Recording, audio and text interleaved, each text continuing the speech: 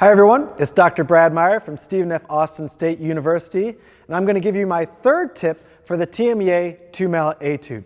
And this one is going to be about measure 75 to letter D, which is probably the hardest section in the entire piece. It's one really long 16th note arpeggiated run, starts at pianissimo, jumps up to forte, and we just got a lot of time where we need to be really accurate. Also musical, obviously, but accuracy is obviously something we need to focus on in this section especially.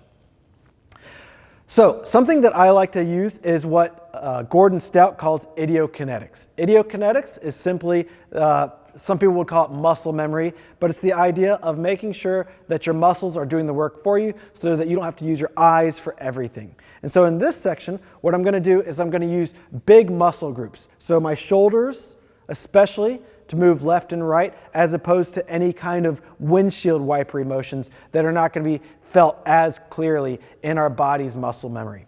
And so when I'm playing this section, you'll see I'm going to use a lot of arm movement from that shoulder. Next, this section is marked at pianissimo. So one thing that happens to all of us is we get nervous, and when we get nervous, especially at softer dynamics, something can start shaking, whether that's our fingers, wrist, or arm.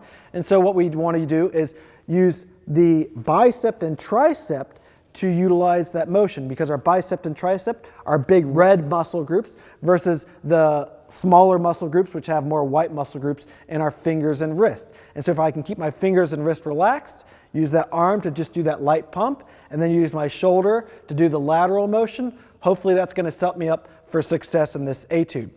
Now the last part of this run is going to be where we have at measure 85 to letter D is this arpeggiated figure. And just a little tip is to turn your body to the left so that your left hand can get out of the way, because we're doing a big crossover, which we're actually avoiding the crossover by moving our body, and that's going to help us be a little bit more accurate, also help us be a little bit more consistent because there's no accents in this section as well. So all that together should look and sound like this.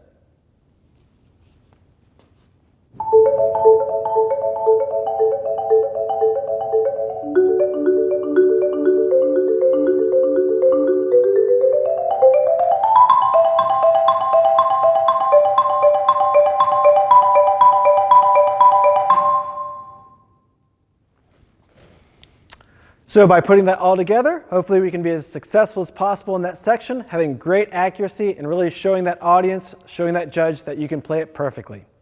I hope that tip helps, and happy practicing.